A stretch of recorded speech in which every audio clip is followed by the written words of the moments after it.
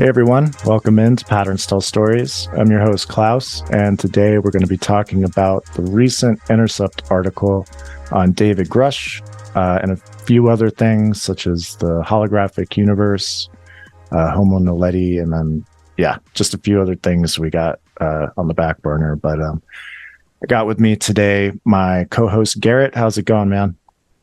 Really good, man. How are you? I'm good. Let's just jump right into it. This guy, Ken Klippenstein, who's known to be quite a troll on Twitter. I know you got a lot to say about this, so let's just go for it. Yeah, I mean, I don't have too much to say, quite frankly. Okay. I saw the article, right? So Yeah. The article itself was very bad. And I'm not the only one who thought that. It very, very soon after that article released, Ken Klippenstein went on Breaking Point's Crystal Ball and Saga and Jetty's show, which is one of my favorite political shows because, good. I think they do a pretty good job of doing conservatives and liberals like justice in terms of getting like solid information, and they ask pretty pointed questions and Sagar is real into this issue as a fan of his, and I'm proud of him because I think he saw through this bullshit article and the questions he was asking him. You quoted Jack Murphy and one other guy.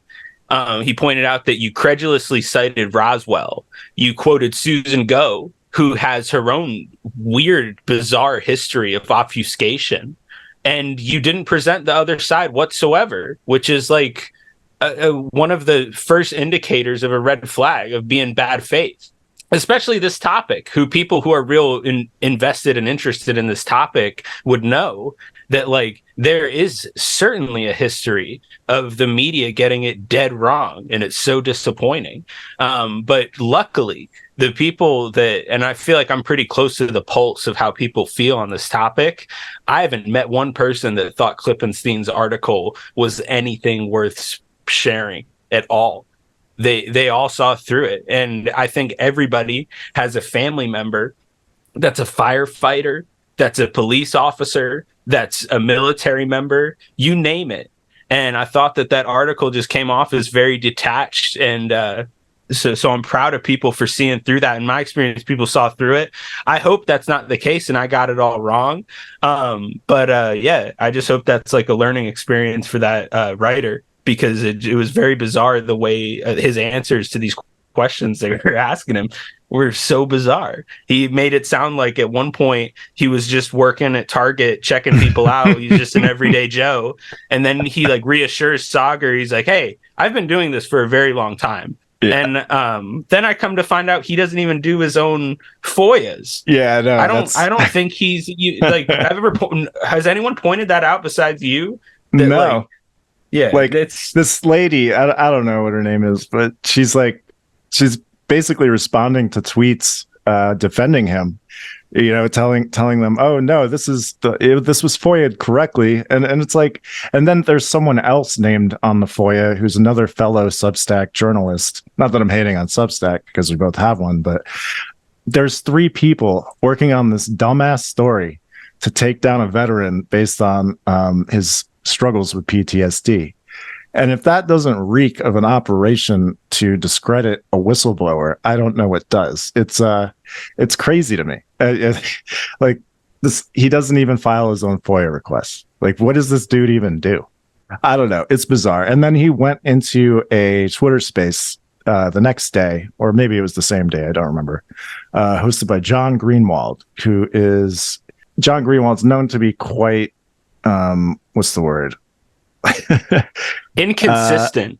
I'll say that word. Yeah, it's a good one. Inconsistent with how he treats certain people, especially whistleblower types like Lou Elizondo as well. He's had a history of going after him and pointing out every little discrepancy that may or may not be there, and then usually it turns out not to be anything. So he holds this space, and somehow Ken Klippenstein shows up in the space. It may or may not have something to do with them being, FOIA nerds or whatever they call themselves. But somehow he gets Klippenstein, and this is John Greenwald's first Twitter space ever. And Klippenstein shows up the day of his hit piece on David Grush. So that in itself is a little weird.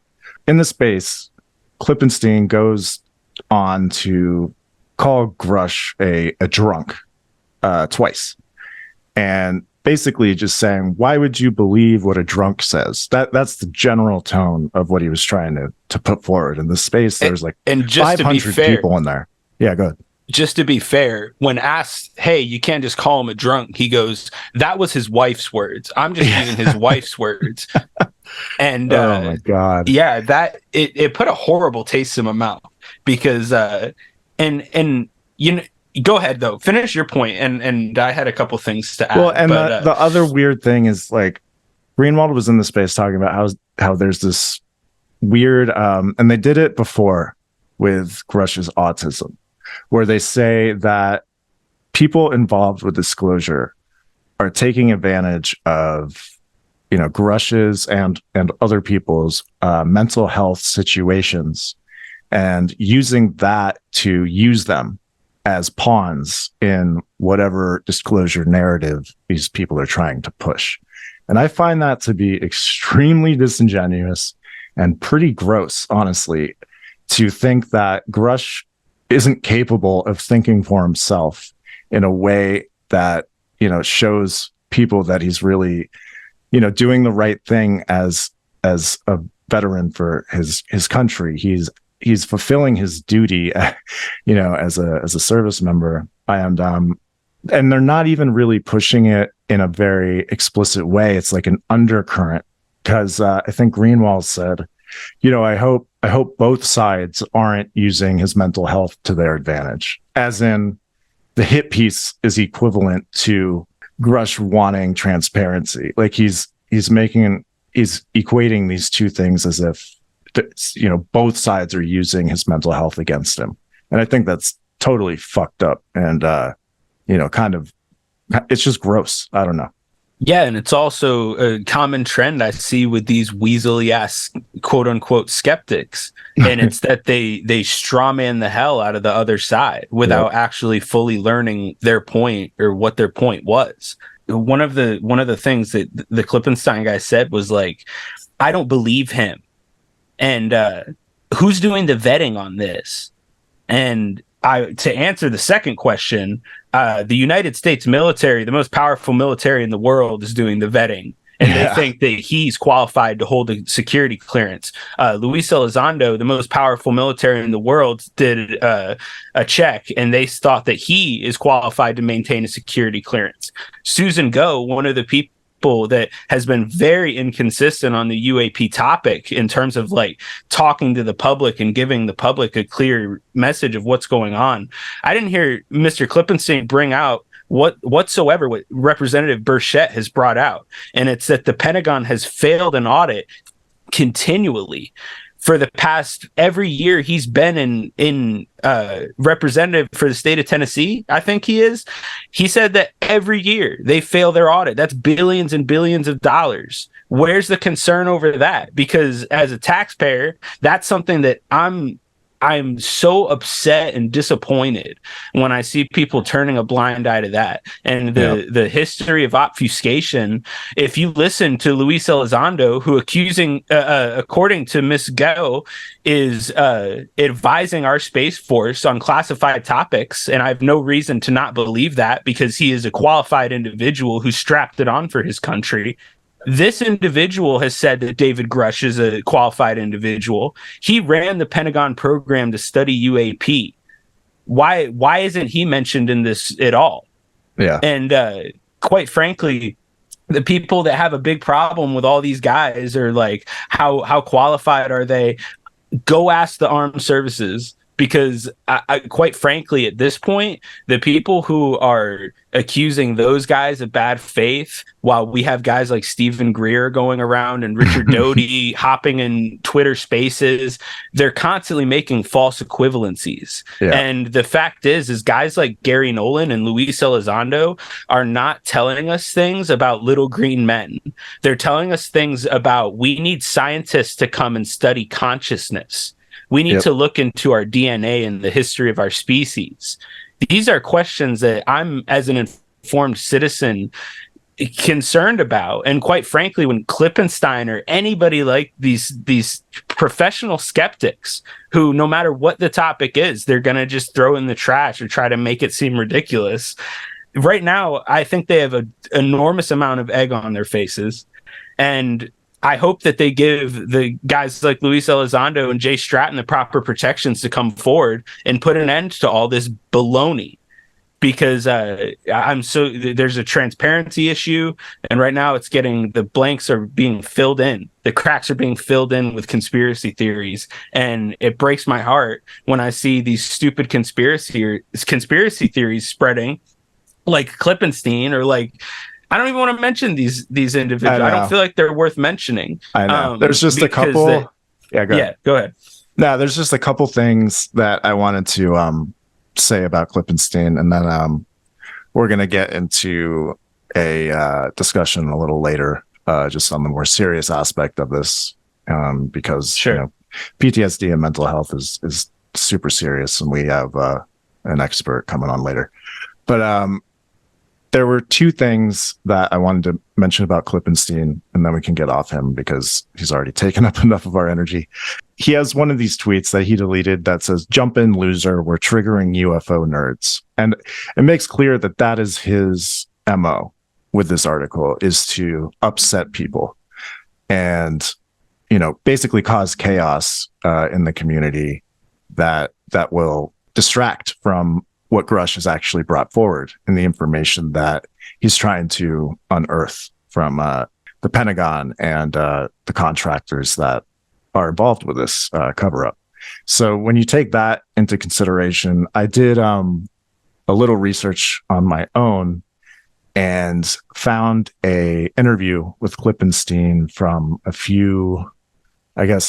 it's a couple of years ago. The interviewer is asking him about his background and how he gets the stories he does. And essentially he says, and this is very relevant to the current cover-up and the people behind it.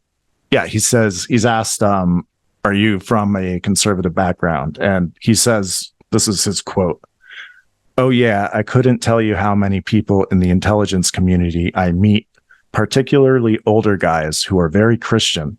And when they see that, they're like, oh, a young Wheaton man, I'm happy to talk to you." So Wheaton College is where he went to school. And his status as an alumni from that college makes, quote, old Christian intelligence officers feel as if they can tell him things because he will put them in his articles in a way that they want him to spin it. So if you know anything about UFO history and the lore, this pretty much sounds like the Collins elite, Christian, quote, cabal, whatever, that thinks these things are demonic, who are, obstructing any investigation into them. And Lou Elizondo and, many others have said that this is a huge barrier to transparency. So he's basically admitting that these are the kinds of people that he's getting his information from and are pointing him where to find dirt, I guess, particularly on Dave Grush. So that says a lot. Yeah, and thank you for pointing that out, dude. The something that he said that stuck out to me is he goes, "Well, I don't believe him," like Klippenstein in reference to Grush. And I want to make something very clear to people who read about UFOs or follow me or read my Substacks, is that I don't claim to know what these things are. I am trying my best as an informed citizen to get down to the bottom of this. And as an informed citizen, the history of obfuscation is not guys like Luis Elizondo. It is on the DOD. That's been failing audits, like Representative Burchett has said, year after year, and been losing people's money.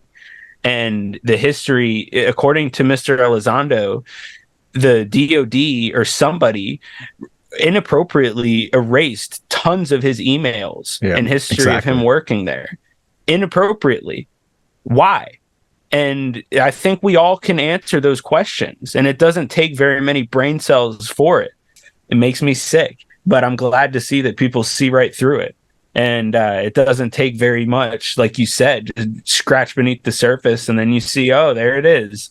There it is. You can always find that there is some reason why this individual has a reason to push a certain narrative or version of this topic. And I wanted to point out that guys like Lou Elizondo and Dave Grush, is someone who studies this topic a lot. I'm not following these individuals on pure faith. Exactly. I'm not just like, I don't have my eyes closed and I'm like, okay, whatever you say, sir. Like if evidence comes forward that these individuals are misleading us, I will follow the evidence and we will see where that takes us. Right. But so far, the history of obfuscation has not been from those people. And what they have been saying is that there have been disinformation campaigns going on. There has been bad faith actions taking place. I think people with half a brain cell can see right through this. And hopefully these people continue to get the proper protections, can continue to come forward. And these whistleblowers, I know that more whistleblowers are coming forward. I already know Jeremy Corbell has laid it down and said he knows that many people are coming forward. It's only a matter of time. So these people can say whatever they want. They could try to obfuscate whatever they want.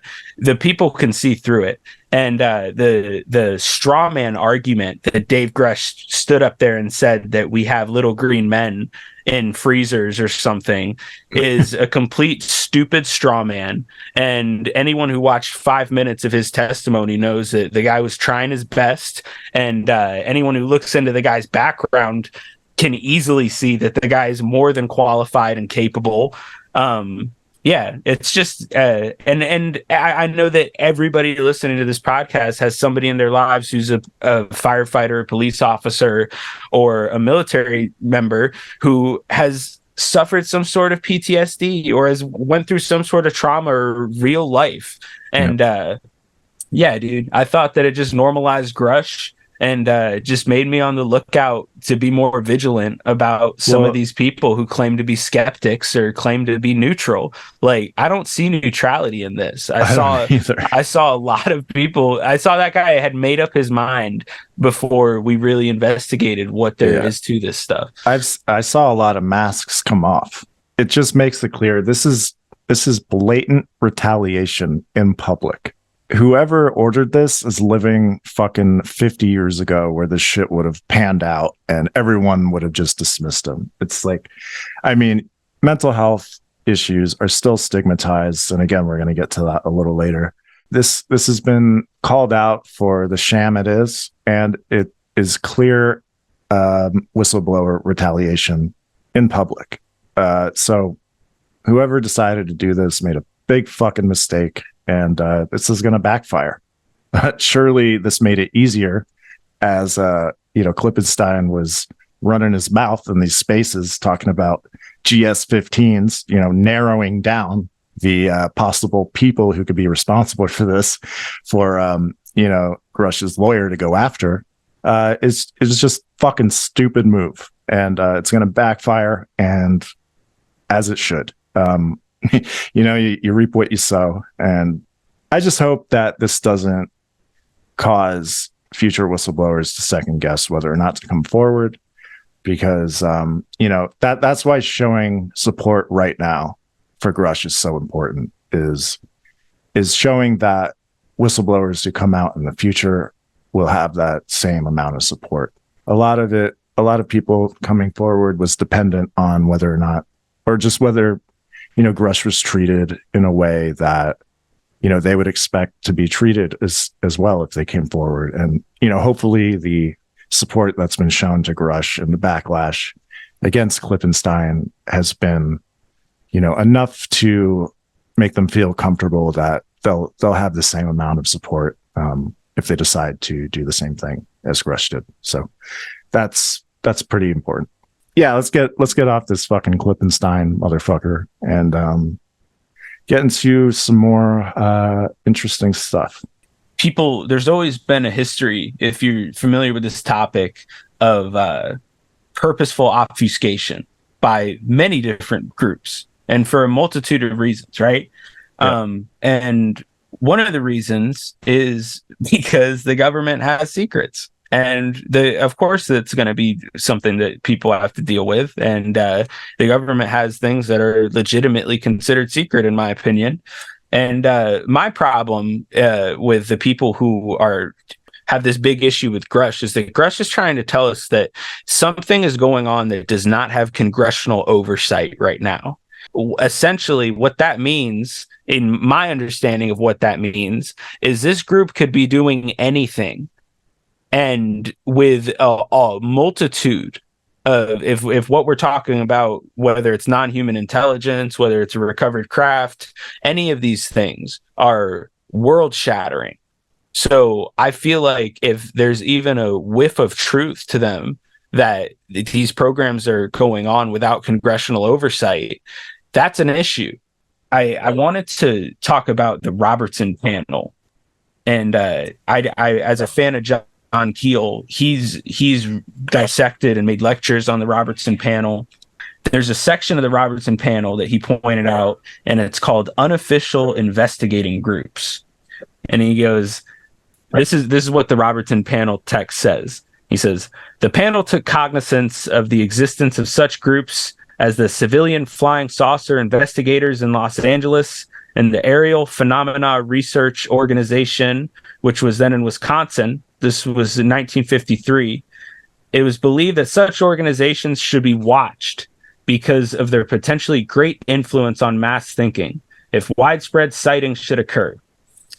So the apparent irresponsibility and possible use of such groups for subversive purposes should be kept in mind.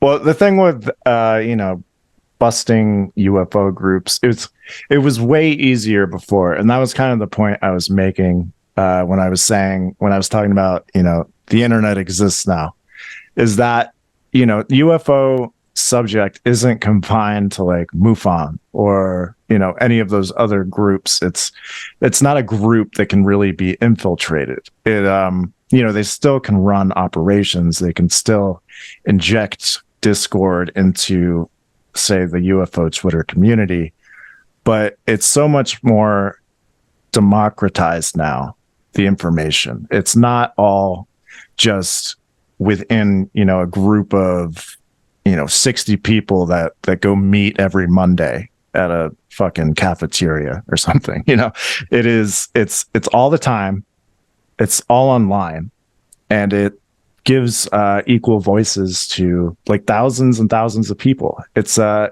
lot harder to infiltrate that type of information sharing process, I guess. I think that's definitely something we have on our side as a leg up on these old time operations that I think they think are going to work in the way that they used to, but clearly they aren't, because the backlash has been so swift and comprehensive, and you can't spread something, you know what I mean? Like it's a bit different now than it was back then. 100%. The internet makes it very hard to operate in this like cloak and dagger way. Exactly. And everything is so in real time.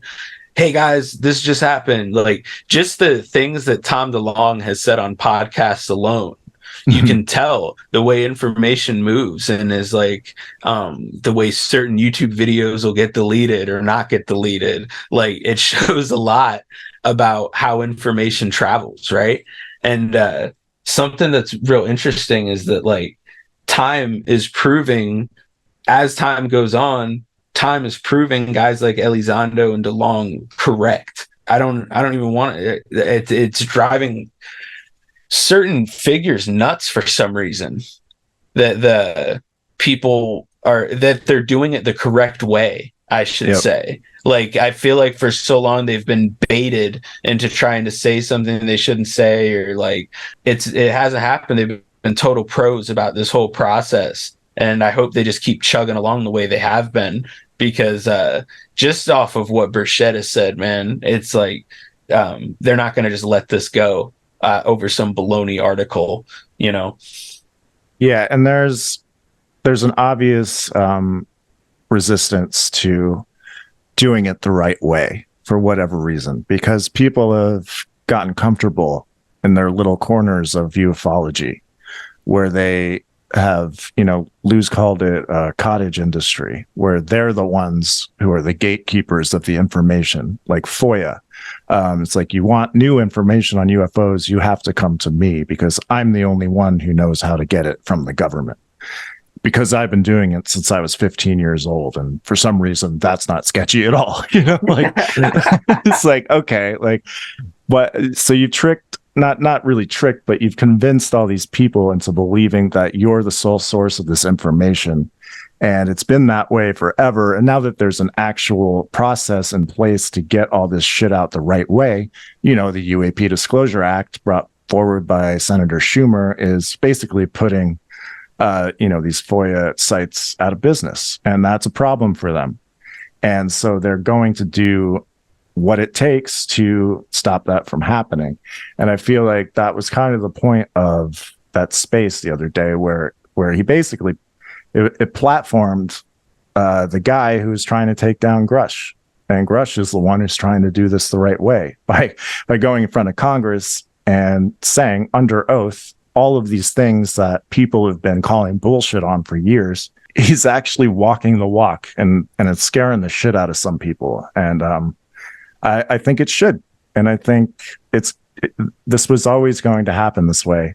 There were always going to be detractors, and it's just up to the individuals who actually want this information out in the academic world and in places where it can be vetted in a serious way and not just, used as part of a narrative to push something. I think people need to actually like open their eyes, and I think that's happening. To these kind of obfuscation attempts that basically keep things in the dark, and where people who have been in this for a long time and who have made money off this for a long time. Yeah, there's definitely resistance there, and I think it's definitely becoming more obvious, and more people are becoming aware of it. Well said, dude. And yeah, I kind of wanted to talk about some of the things that Grush said in his testimony that weren't necessarily about the cover up per se, just more generally what he talked about in regards to the phenomenon, because they didn't really get into that stuff as much as I would have liked them to. I mean, obviously the point of the hearing was to get into the corruption and, the things that would interest Congress in a political fashion, things they could hang their hat on for their constituents to see that this is an actual problem. That's kind of been the way they've been doing it for a while, I think, is the kind of national security issue, but now they're digging into the corruption issue, as you said, the Pentagon not passing an audit for however many years. But the other side of it, I think, is also important to dive into, because that's what we're all interested in, is the phenomenon and its origin and what it means for humanity in the long run. During the hearing, he was asked about, the non-human biologics aspect of this that he said in his interview with Ross, and also the interdimensional aspect of this that he talked about in that interview as well. And he was asked about this by Representative Eric Burleson, and the question was, you've mentioned that there's interdimensional potential. Could you expound on that? And so Grush said, yeah, to answer your first question, I'm here as a fact witness and expert, but I will give you a theoretical framework, at least to work off to espouse crashes. Regardless of your level of sentience, planes crash, cars crash, and a number of sorties, however high, a small percentage are going to end in mission failure, if you will, as we say in the Air Force. Then in terms of multidimensionality, that kind of thing, the framework that I'm familiar with, for example, is something called the holographic principle. It derives itself from general relativity and quantum mechanics. And that is, if you want to imagine 3D objects such as yourself casting a shadow onto a 2D surface, that's the holographic principle. So you can be projected, quasi-projected, from higher dimensional space to lower dimensional. It's a scientific trope that you can actually cross literally, as far as I understand, but there's probably guys with PhDs that we could probably argue about that. Or, yeah. So he's basically saying what he thinks is the leading kind of explanation for the phenomenon, at least from his conversations with his colleagues and, his time on the UAP task force, and just collating data and talking to witnesses and that kind of thing.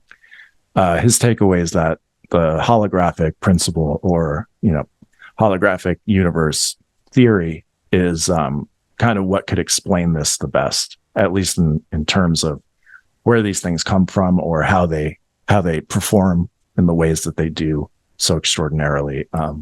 There's just so many terms that I can't wrap my head around, even with, there's that PBS YouTube channel called Space Time. I watched a bunch of videos on there and I still couldn't fucking get it.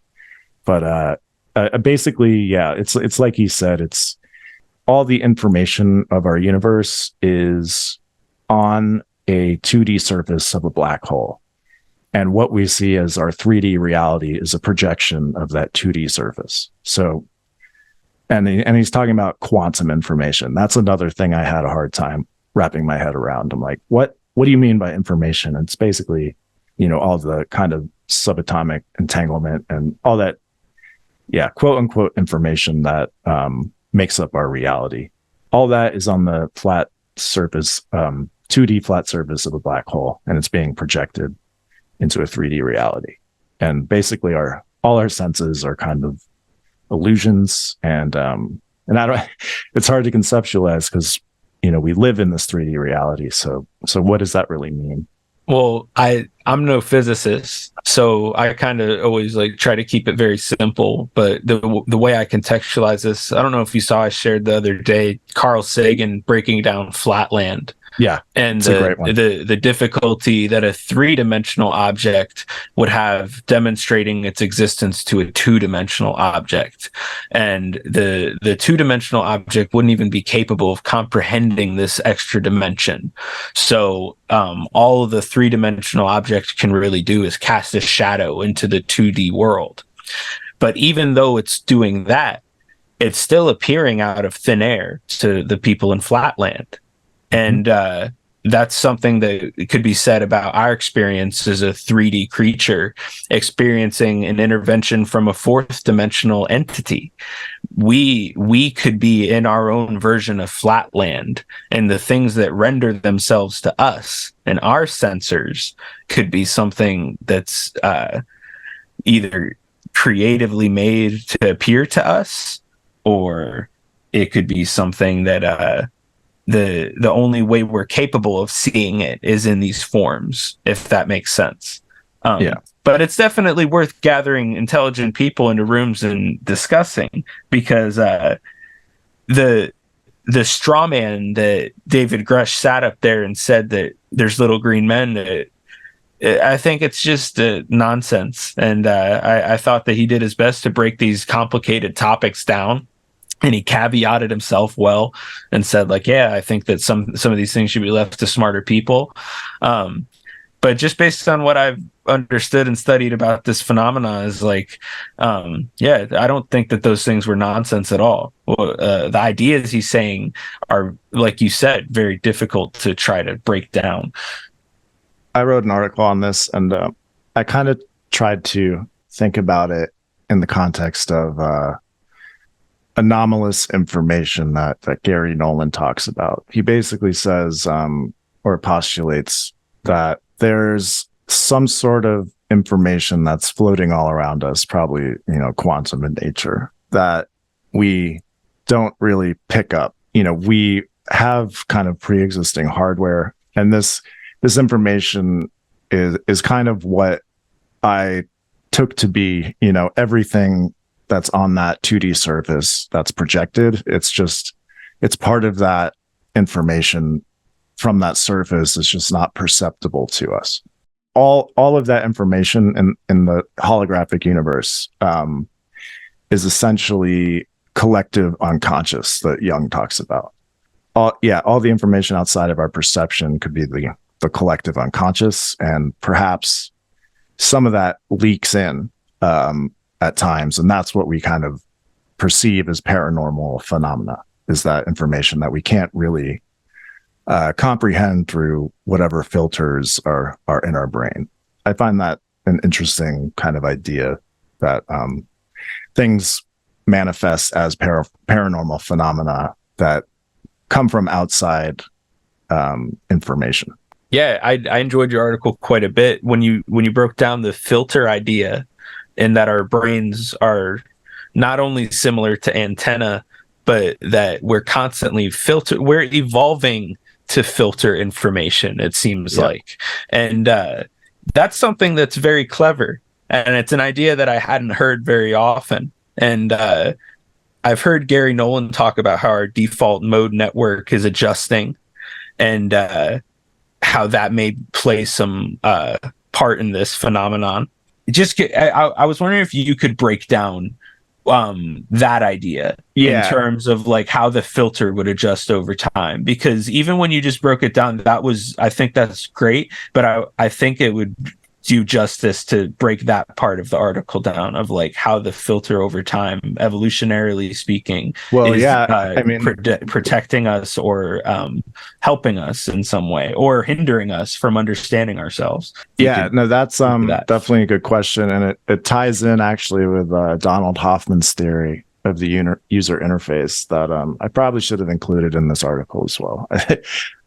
It's so funny. Like, after I write an article, there's like 10 fucking things that, like, I'm like, oh shit, man, I should have put that back in there, because it definitely would have helped connect these things a lot more even. But yeah, Donald Hoffman's user interface kind of theory breaks it down well in terms of like evolution, and that we evolve specifically to reproduce, and then, die, get out of the way, and, and continually reproduce. So anything that we perceive that hinders that is kind of lost during evolution. So what we're personally seeing on a day-to-day basis is basically kind of like a user interface on our computer, that the computer has all these different mechanical parts, the screen, the CPU, the RAM, all that hardware is not what we experience in our day-to-day lives. We experience, the OS, like Windows or Mac OS. That's how we see the world. When in reality, it's a lot kind of uglier and more complicated when you start to get into the hardware part of it. So I really like his idea of our reality being a UI, and it kind of, as UIs update, as time goes on, they get more streamlined, they get more pleasant looking. I guess that's kind of a good analogy when it comes to our perceptions during evolution, or our evolutionary timeline. Does that make sense? Yeah, that actually connects kind of into what I wanted to ask you about Homo Naledi. And I'm trying to pull it up, because I had this chart written out of the great apes and the Asian and African apes, and where humans are and our relationship in terms of like genetically how close we are to each of those apes, right? And there was a really good breakdown Richard Dawkins gave, where he said that people will say, like, well, if we came from monkeys, why are there still monkeys? It's a very stupid question if you know evolutionary biology, but like, it's like asking, if we came from Europeans, why are there still Europeans? Like, it's the answer is right there. Like, the variation starts to spread, right? Yeah, right. But in terms of the great apes, there's 5 great apes. There's chimpanzees, bonobos, humans, gorillas, and orangutans. And Neanderthal is one that you always hear tossed around. And my understanding is that Neanderthal, like the humans, bonobos, and chimpanzees all share a common ancestor. And that common ancestor lived around like 6 million years ago. And from that ancestor on the track to human being is where Neanderthal was. And I wanted to ask where Homo Naledi was in that, or if I had that chronology correct, or if you're seeing science that contradicts any of what I just said. I think the general consensus of, the growth of the brain as time goes on, and the correlation of larger brains to intelligence, is really starting to not make any sense anymore. So, if you look at the tree of our evolutionary species that kind of branch off, you see kind of chunks start happening of different species. So when you look at Naledi and Floresiensis, I think that's how you pronounce it. I can never fucking figure that out.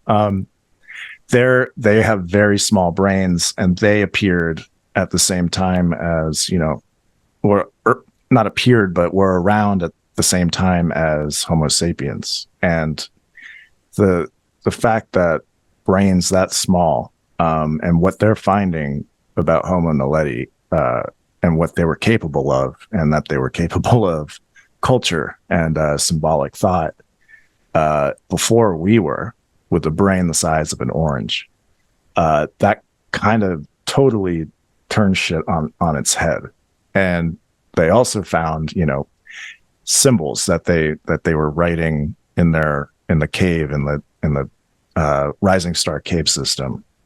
On the genealogy leading to humans, you have, it's like Australopithecus, Homo habitus, Homo erectus. Like, what is the order of all of those? And where does like Naledi split, if that makes sense? What it's sounding like is a lot of these species were around at the same time. It wasn't just linear evolution. It was kind of just branching out.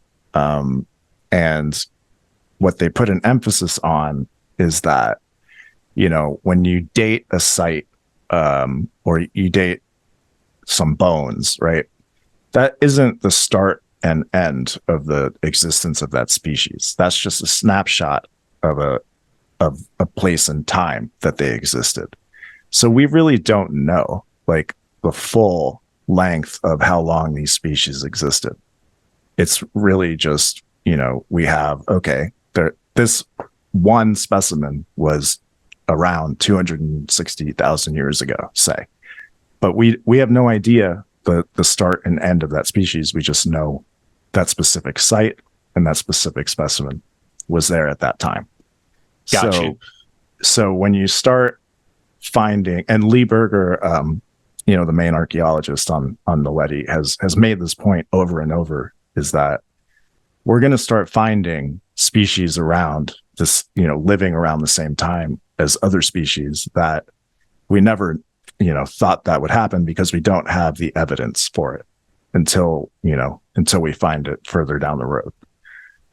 So what it's sounding like is, like I said before, a lot of these species were around at the same time, because now we know that Naledi had culture and was writing symbology that was found 200,000 years later, etched 6,000 kilometers away by Neanderthals. It's the same symbols. So whatever this symbology is lasted over 200,000 years throughout different species. So that in itself is absolutely mind-blowing. So it's less of a linear evolution and more of a kind of branching out. If that makes sense. Yeah, dude, you explained that really well. And I, as someone who I try to read up on biology and try to understand our ancestry and stuff like that. And every time you post about Naledi, or anytime anybody posts about the chronology that we currently have not being 100% perfect, I always perk up and want to read it, because you're right, dude. We're constantly learning more about this. And the other point to add is we're learning more about how many cataclysms our Earth undergoes. And that makes things even more difficult the older they get, because the more the Earth gets shaken up or eroded or you name it, there's all sorts of cosmic things that can happen to a planet. But it also affects the things that are on the planet and how radioactive they are. And I feel like I'm pretending to be smarter than I am. But I think that, like, every time you post about Naledi, I get pretty pumped, and I like to read about that stuff a lot. Yeah, it's fascinating, and I don't think it's getting the attention it deserves, because there's clearly a lot that happened, and it's so, that's the thing with these kind of findings, is it's so hard to prove that certain things definitely happened. I mean, you can find patterns and it's like, okay, this is fucking weird and this is totally possible. And signs are pointing this way, but there's no way to date it exactly to prove it. Like, that's the hardest part about this, is you can make assumptions, but people will shoot them down immediately. Or not assumptions, hypotheses. You can correlate certain data, and but it's just way too easy to strike it down because of the, like, inconsistencies and the dating methods and all that kind of thing. So it's hard to say for sure that there was a connection between Neanderthals and Naledi, 6,000 kilometers away and 200,000 years, in between. But it's the same symbol and they exist in those places. So, you can only speculate at that point, which is really unfortunate, but kind of where we are right now. Hopefully our science can advance enough to, bridge that gap, but yeah, that's where we are. So you hear what Elizondo says about that 70,000 year number. Yeah. Do you have an opinion on that, or like any hypothesis as to like what that might be, or what happened at 70,000 years? Because essentially, just to kind of paraphrase him, he said that at 70,000 years ago, something fundamentally changed, and that everything big on Earth, we started eating it or we started killing it. And I don't know if there's other evolutionary things that were occurring at that time, but like, what sticks out to you when you hear that 70,000 number? Well, it could be several different things. There's this book called Sapiens, A Brief History of Mankind by, I forget who the author is, but it's really interesting, where he said basically 70,000 years ago was the start of what he called the cognitive revolution. Basically, what that means is that's where we kind of gained the ability to basically have an imagination and coordinate things in the future, kind of game out situations, and make predictions and kind of statistical analysis of certain outcomes. Basically, part of me thinks that it has to do with we basically just started fucking killing off everyone, every other species. We just wiped them out around that time, and that's the same time we started basically moving to the top of the food chain. And I thought it was really interesting in that quote was that he said dogs benefited greatly from our ascension to the top of the food chain. So I'm not sure what he meant by that, but I'm sure there's something there. There's a connection with dogs that humans have that's probably more intense than with any other animal, arguably, as my dog barks in the background. I think he was alluding to husbandry. Yeah, exactly. And for those who aren't familiar with that, it's just kind of like another species taking an active role. The Elizondo asks a lot of questions that make you think about these things, and then I feel like Gary Nolan comes in with a baseball bat and just knocks him out of the park, because he'll talk about this stuff, the junk DNA, and or I hear the wow signal and stuff. I would love to ask him about that type of stuff, because he also go ahead. Yeah, he also talks about the husbandry thing. Gary Nolan, you got to look at his replies on Twitter. He doesn't really tweet this stuff. He'll reply with like, "Hey, did you think about this?" And one of them, I think it was a couple of years ago now, that really set me down. It sent me down a few rabbit holes. Was he talks about animal husbandry. It was in reply to some sort of tweet where someone was asking about, genetic intervention in human DNA, and the whole kind of zeitgeist around, alien hybrids has to do with, aliens abducting and then doing some sort of medical procedure in order to affect our DNA or splice their own, DNA into our own and have fucking alien babies or whatever, that kind of thing. But Gary he put forward a much more interesting hypothesis, in my opinion, which was the husbandry kind of thing. He said something along the lines of, you don't need to intervene genetically. All you have to do is show up, basically. And you can, provide information or, nudge us towards certain things, such as, a shaman using some sort of hallucinogen. Or, I took that to the extreme and thought, agriculture was something that they could introduce us to that would completely revolutionize our trajectory as a species. It would, alter our genetics. And then I kind of took that into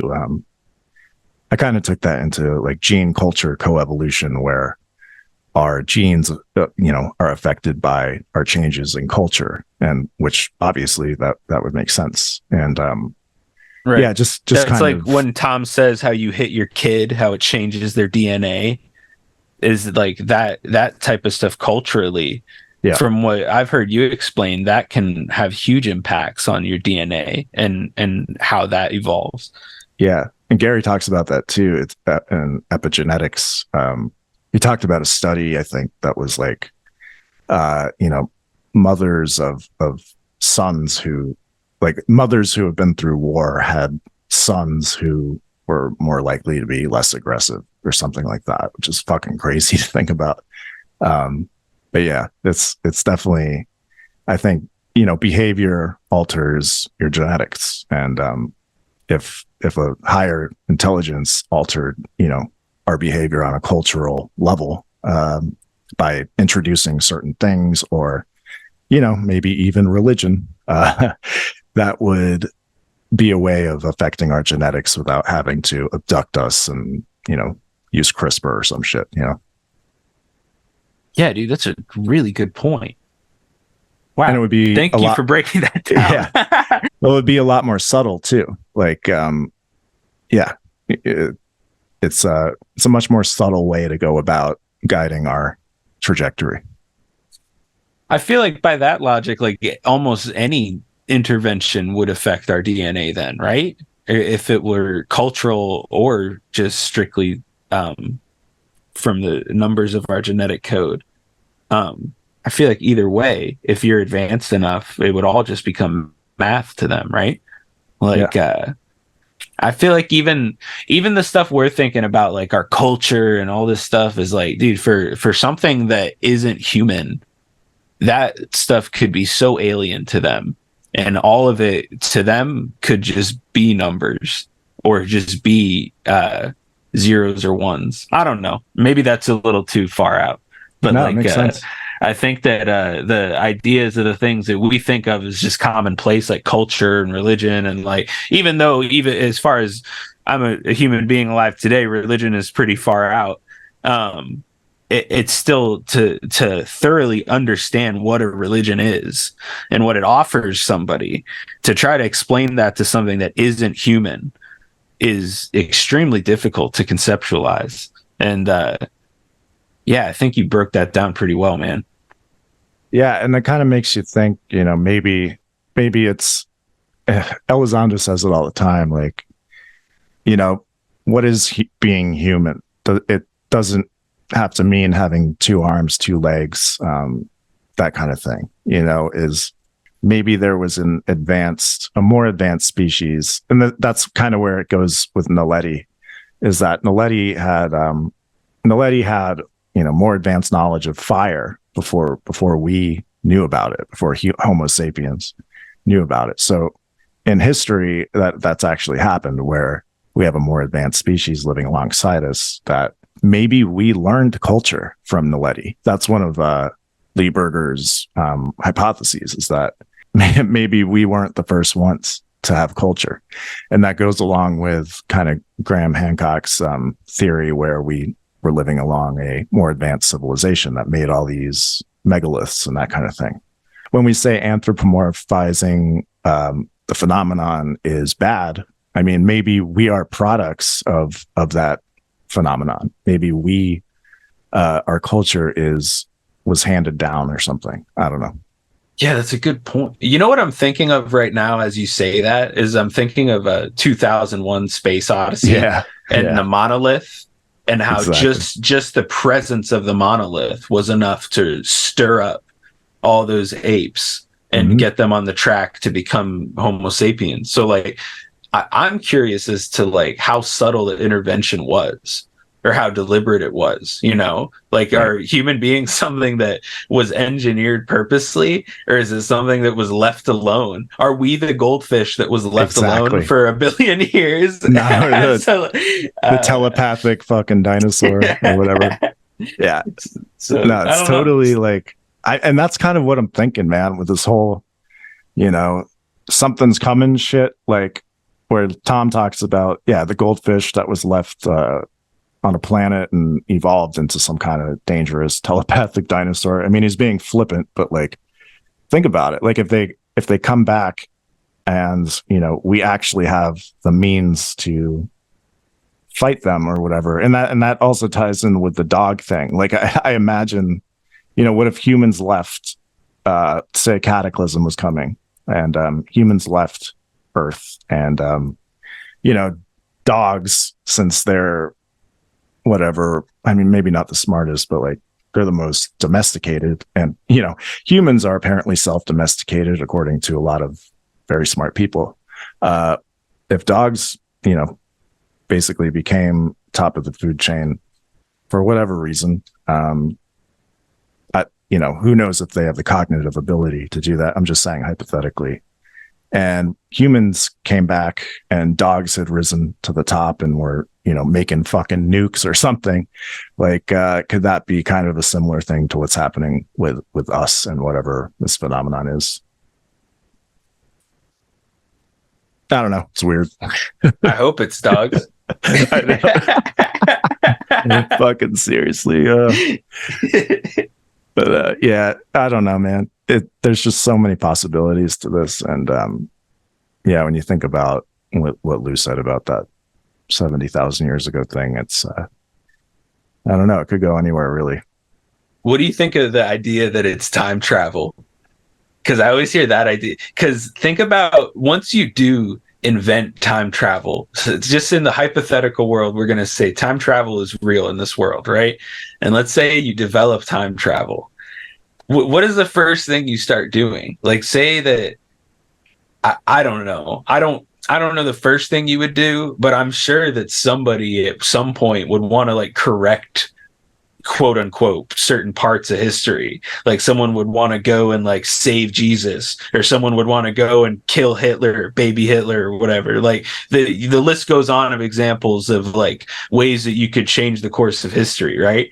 And it makes me wonder if like that's what's happening in some of these, like before World War II, you see all the Foo Fighters start appearing like zip, zip, zip. I wonder if that is has any relation to things being sent back in time.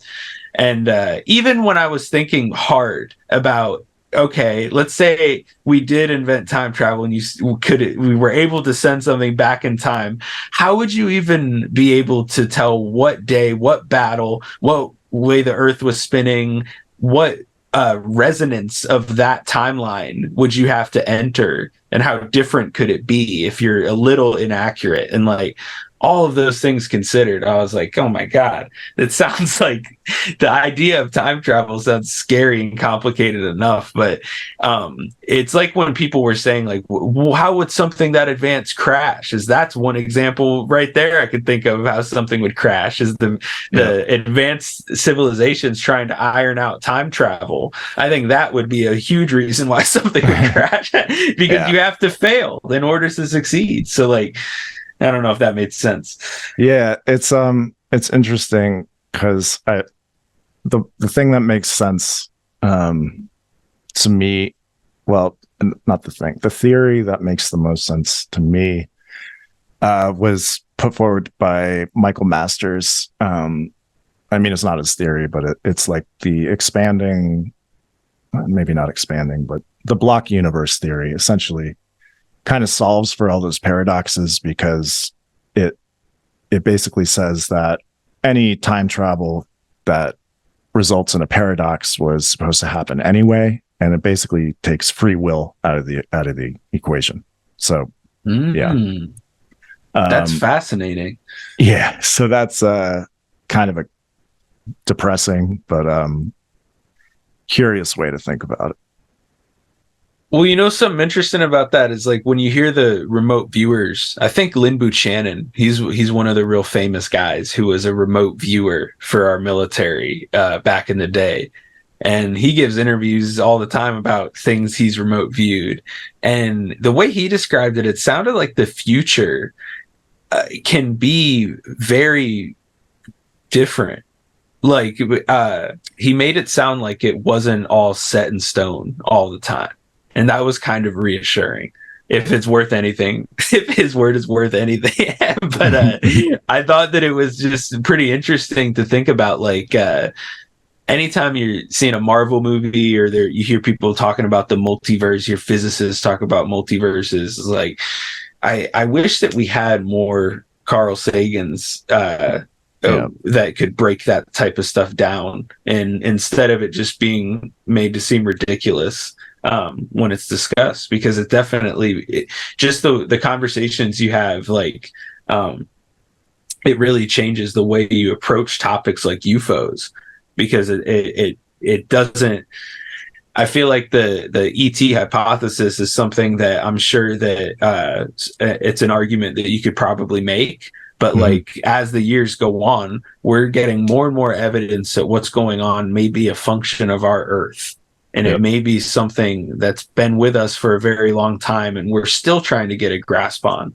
But yeah, dude, I think that the groups that are saying that they know what this is, especially if it's a religious group, I would take a long look at our history books and see where that's gotten us. And if we want to get a grasp of, like, what this stuff is, I think we have to remove ourselves from, like, the dogma and really try to, like, get objective scientists looking at this topic, because the genetic component of it is really, like, something that it's a change of pace from Little Green Men and the constant baloney we're you know what I mean? Like, I like having something to look forward to in a science book. Not that I wouldn't have had one before, but it's just something that's like, when people get thinking about that topic in different ways, it really, you start to see how creative human beings are, and some brilliant ideas start to happen. And I hope it keeps going. Yeah, for sure. And we gotta get there somehow. And, like, just to return to this whole Grush thing for a bit, I just wanted to, get some professional information and perspective just on the Grush thing. And I invited my wife, who is a child and family therapist. She specializes in trauma, holds a master's degree from an Ivy League university. She earned the opportunity there to conduct trauma research abroad via grassroots collaboration with a community of survivors of sex trafficking. She is strengths-based and draws from various frameworks, including cognitive behavioral therapy. And she thinks the best way to treat individuals is to do so holistically and with unconditional positive regard. So I want to bring in and welcome Ray, my wife. How's it going? Hey, thank you for having me. I want to thank you both for giving me the opportunity to come on and speak about something that is so near and dear to my heart. Thank you so much.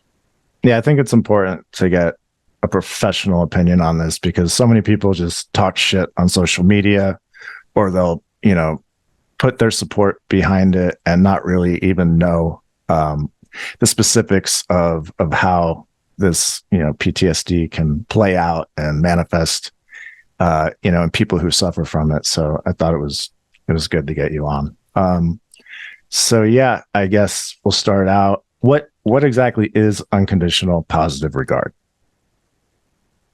Sure. So I think that's important to highlight. I'm really glad you asked about that because something that all therapists and mental health workers should be trained in is this concept of unconditional positive regard, which really means meeting our client where they are without judgment. We're really taught to suspend our judgment and any preconceived notions or biases that we may hold. Really just see them as they are. That way we can support them and they can feel as though that they have the freedom to say whatever they want without fear of judgment, without fear of, being cast aside, especially by somebody that they're coming to looking for support. So that's really what therapy is about, is to have a place to come and talk openly, freely, without judgment. We both listened to that space the other day where the dude, Ken Klippenstein or whatever, was calling Grush a drunk and just being super gross about the whole thing. And I think it's important to note what the difference is between, being an alcoholic or being, it's suffering from PTSD that manifests in abuse of alcohol. So what is PTSD and what does it look like, the symptoms and that kind of thing? Well, before I go into that, I just want to acknowledge that anybody who is calling somebody a drunk, they certainly have no experience with mental illness or substance abuse in their life. That's just not a term that people are going to throw around if they haven't experienced it themselves personally. So take what you will from that. So PTSD, and it's also, so we're getting away from the D in it. A lot of people are just calling it PTS. But for sake of conversation, I'm going to stick with PTSD. I have a very clinical brain when talking about things like this. So post-traumatic stress disorder is the development of characteristic symptoms following exposure to one or more traumatic events. Clinical presentation varies from individual to individual. And it's very important to note that it does not discriminate. Many mental health diagnoses do not discriminate. When trauma therapists or most therapists are assessing for PTSD, there are certain things we like to look out for. So we'll ask a set of questions, and on that list, or some of the things included on that list that can qualify as traumatic events.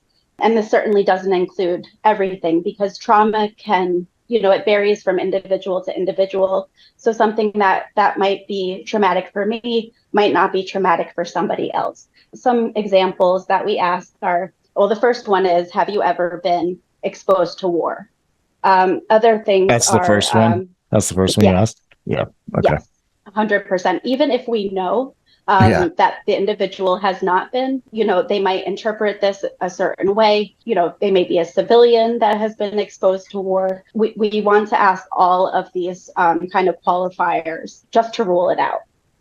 So exposure to war, other things are sexual abuse, physical violence, domestic violence, experiencing disastrous events, being in a tornado, being in a wildfire, motor vehicle accidents, exposure or witnessing community violence, serious medical illness, or scary or painful medical treatments. That's another big one. A lot of times when I'm assessing for PTSD, I will list these things and the client will say, yeah, I have been through that. And, I didn't know that was considered traumatic. And it actually was very traumatic for me. So this can be very validating for the clients. And just a few other things are learning about the violent death or serious injury of a loved one, and then traumatic loss or traumatic grief. So the sudden death of a loved one or somebody close to you. The stuff is out there, and it's good to kind of put this into context. So I guess what are the warning signs of the risks that come with this in terms of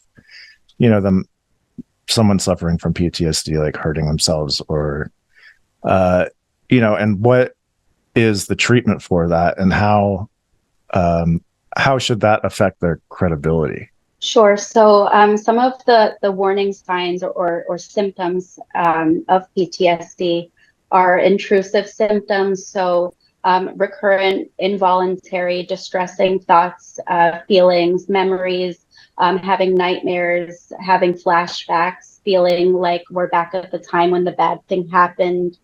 Some individuals may even reenact the traumatic event. This can happen when the individual is exposed to a trauma reminder. Other intrusive symptoms are experiencing intense or prolonged psychological distress, or noticeable physiological reactions or stress response when triggered or exposed to trauma reminders. There's also avoidant symptoms. So efforts to avoid having thoughts, feelings, or memories about the traumatic event. There will be persistent avoidance of places, people, things, situations, even objects that might remind them of the traumatic events. There's also negative changes in mood and cognition. An individual may struggle to remember important parts of the traumatic event. They'll have thoughts like, I am bad, I'll never be able to trust others, or the world is really dangerous. They may be struggling with a lot of self-blame or self-doubt. You'll notice some detachment and isolation, some withdrawal from friends, family, or a diminish in interest of hobbies or activities that they used to like to do. And there's also an increased state of arousal or reactivity. So individuals that have been traumatized or have PTSD may present with more irritability. They may have anger outbursts. They may present with increased recklessness, self-destructive behavior, problems concentrating.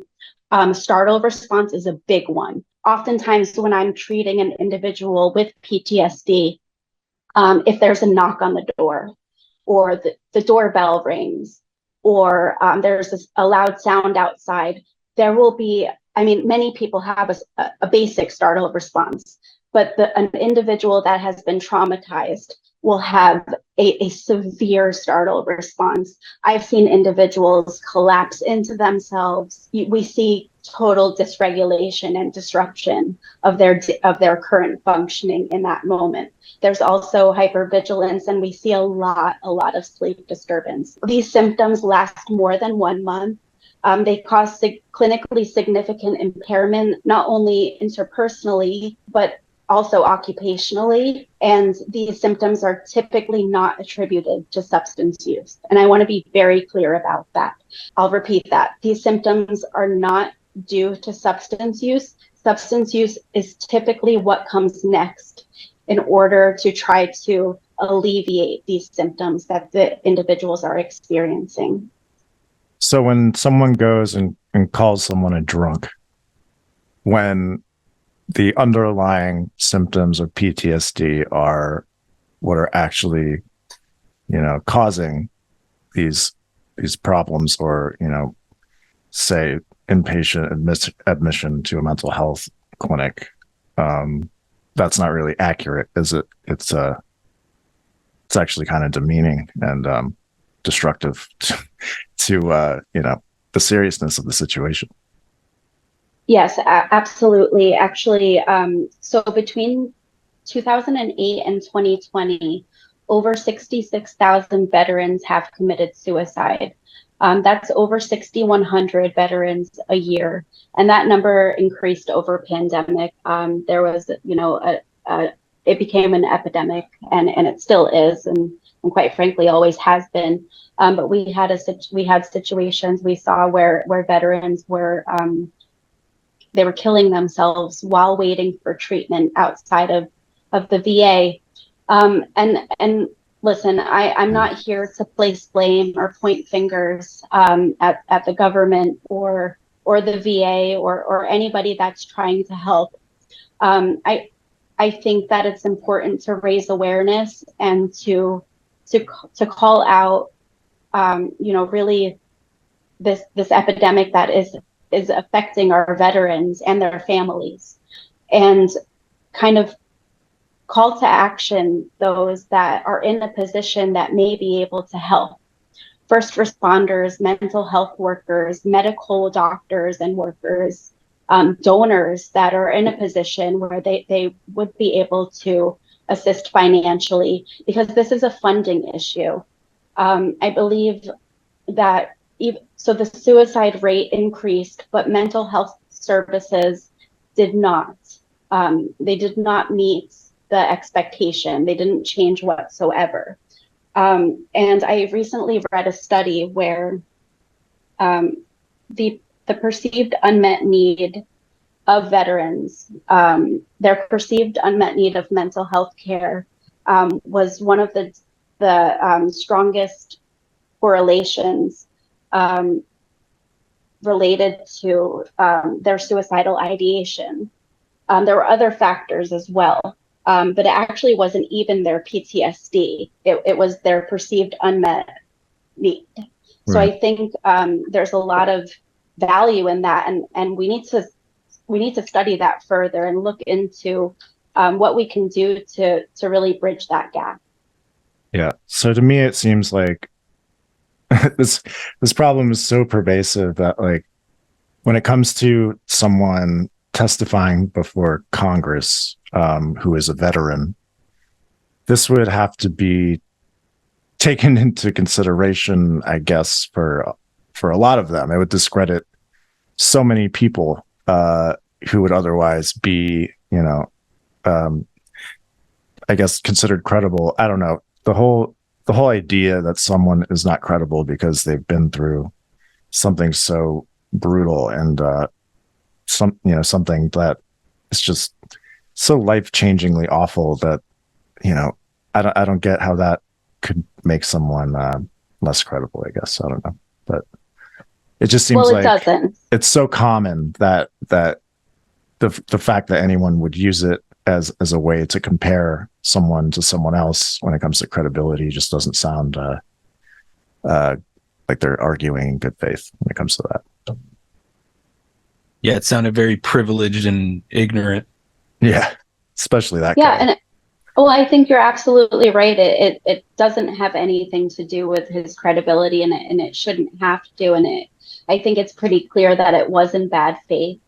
And he really validated that, in Greenwald space. He came in hot saying he didn't believe in certain aspects of the phenomenon.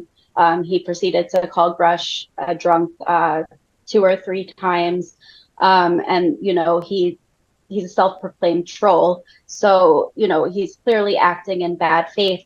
But for any whistleblower, or for any future whistleblowers, or really anybody that is struggling with mental health, substance use, PTSD, and maybe looking forward, or maybe looking to get help, or come forward in any way to talk about literally anything, I just want you to know that it's okay. You're not alone, and hope is not lost. I've seen many individuals and families, reach out before it's too late and get the help that they need, and make it to the other side. And there's so many veterans that are living successful lives right now, and I think we should be talking about them, right? Yeah. Unfortunately, the narrative has shifted to the negative right now. And if anything, Ken has given us the opportunity to reshape the narrative back to the positive, to the fact that those with PTSD are not broken. Maybe temporarily, you're broken, and rightfully so. You lived through hell.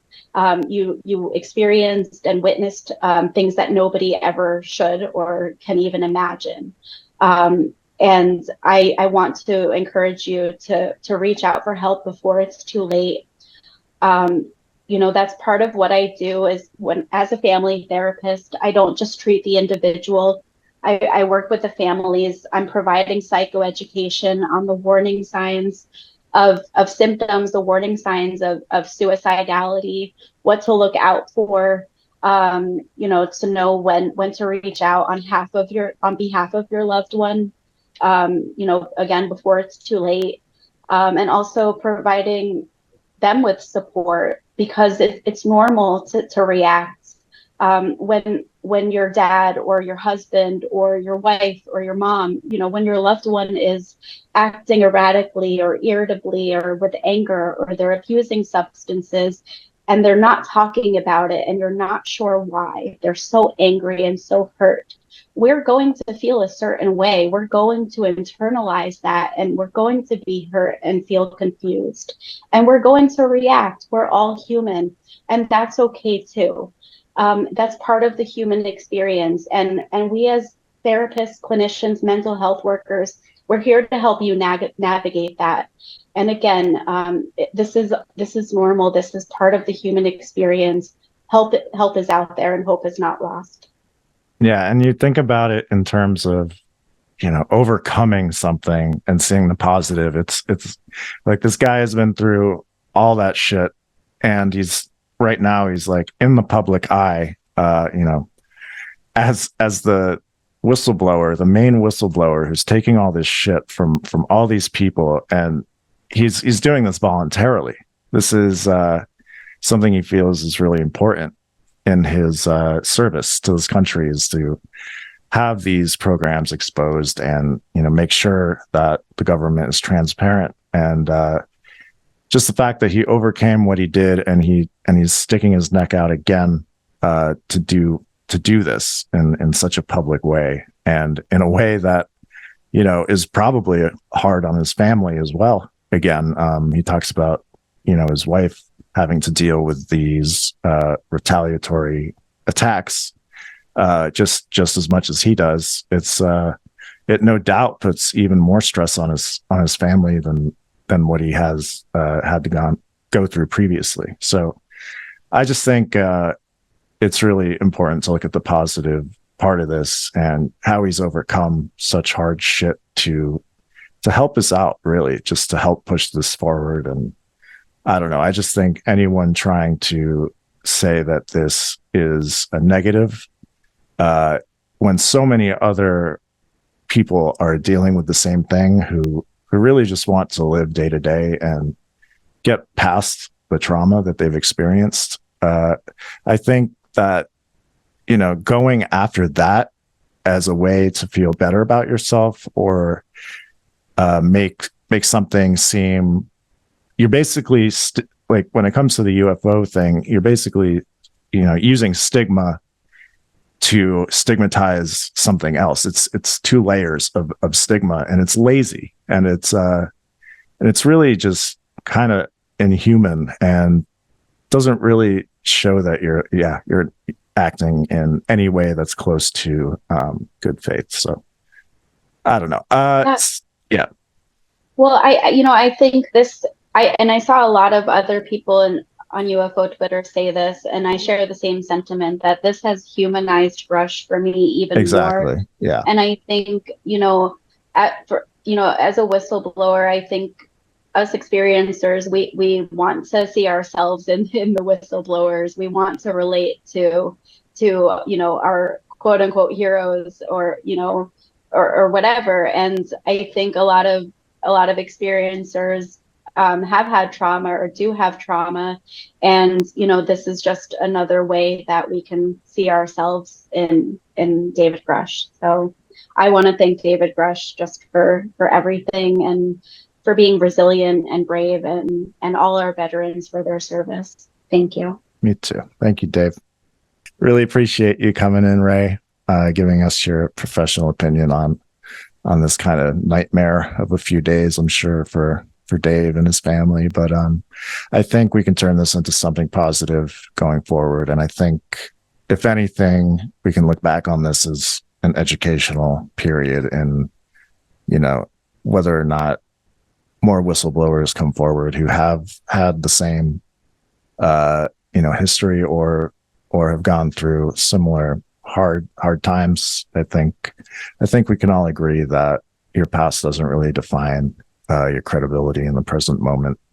And I think his history, his work history, his service speaks for itself. But thanks for coming in, and we'll have you again. Yeah, thank you both for having me. I'll just leave you with a few resources. Sure.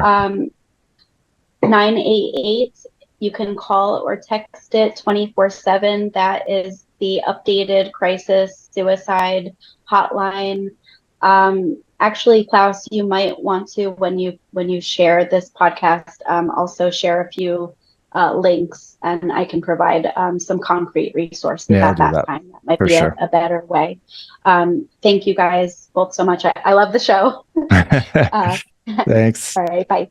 So I just want to thank everyone for coming through and listening to this episode. We got a little serious for a little bit, but I think it's important to get that information out there, and using every platform we have to help people out, and just acknowledge that our country needs to focus more on prioritizing mental health and PTSD, and especially medical care for our veterans has been a serious problem for a very long time.